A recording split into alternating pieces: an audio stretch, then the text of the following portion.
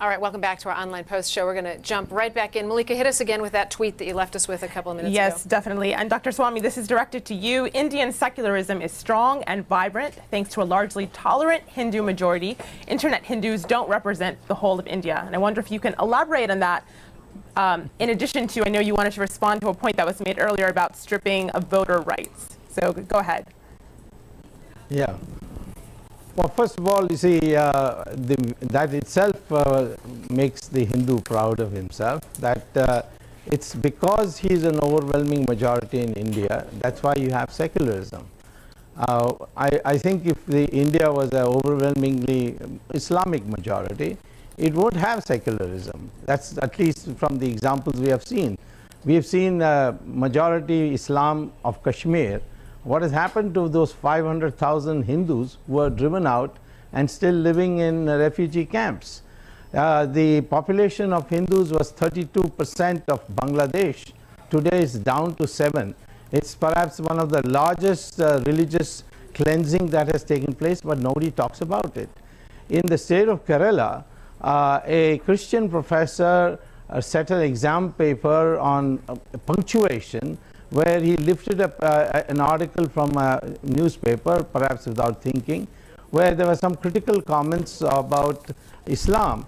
And what happened, the local Sharia court, which is illegal, but it never exists, it nevertheless exists, they passed a judgment that both his hands should be cut off.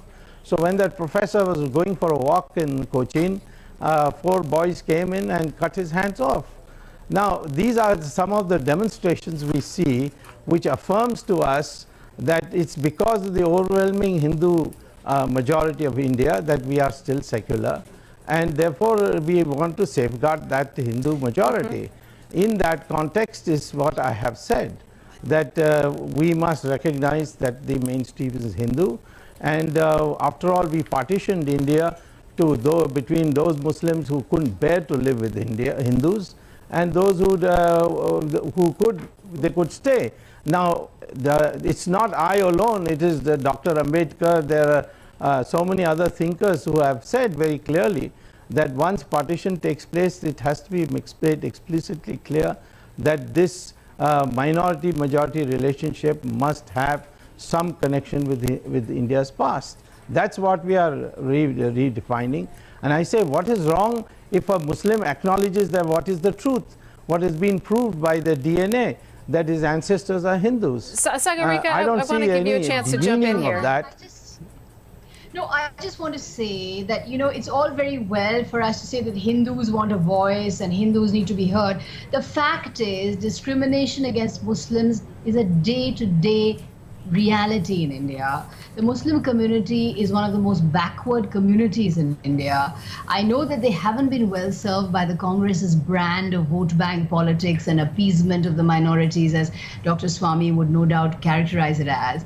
But, let's not run away from the reality of religious discrimination that exists. Of course, the Hindus are a majority. Of course, they're culturally assertive. Of course, the Hindu identity is dominant in the urban middle class. And nobody's saying we don't need a modern right-wing party. India does need a modern right-wing party. The difficulty is that India's cultural right embraces the economics of the left.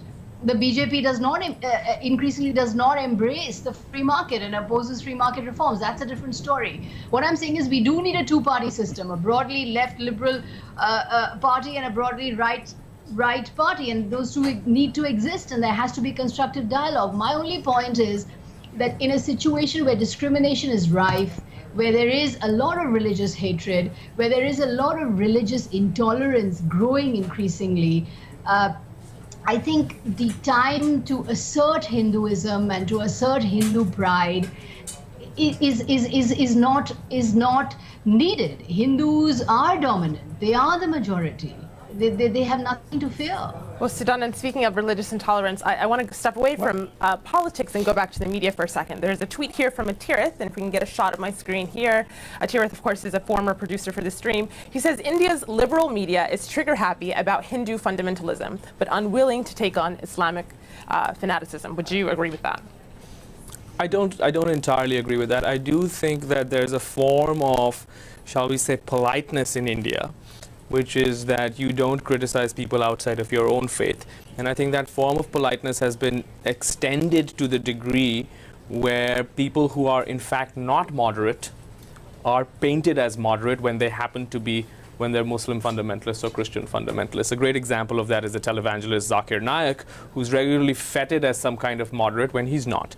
That said, my fundamental disagreement with Sagarika is that she characterizes the situation in India as much, much more dire than in fact it is. Is India imperfect? Yes. Could India do a better job of treating its minorities, particularly its Muslims? Yes, it could.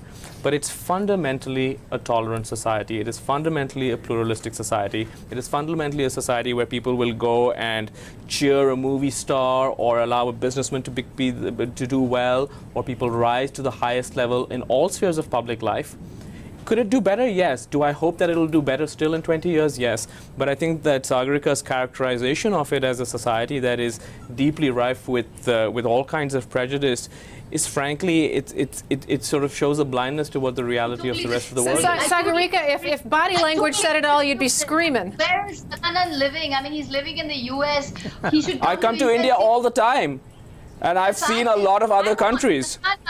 You're looking at a situation where Shabana Azmi and Javed Akhtar, household names in India, cannot find a flat in Mumbai. Do you really think that, okay, let me step back. Do you think that India discriminates more against its minorities than any country in the region, in Asia?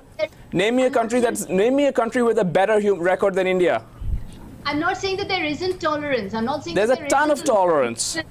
But let's accept that religious discrimination is a very serious issue here. No one says it's not, but you have to have a benchmark. Our lives, it's becoming, our societies are becoming segregated almost. All right. It's as bad as that. It's as bad as that. I think we really need to take a look inwards.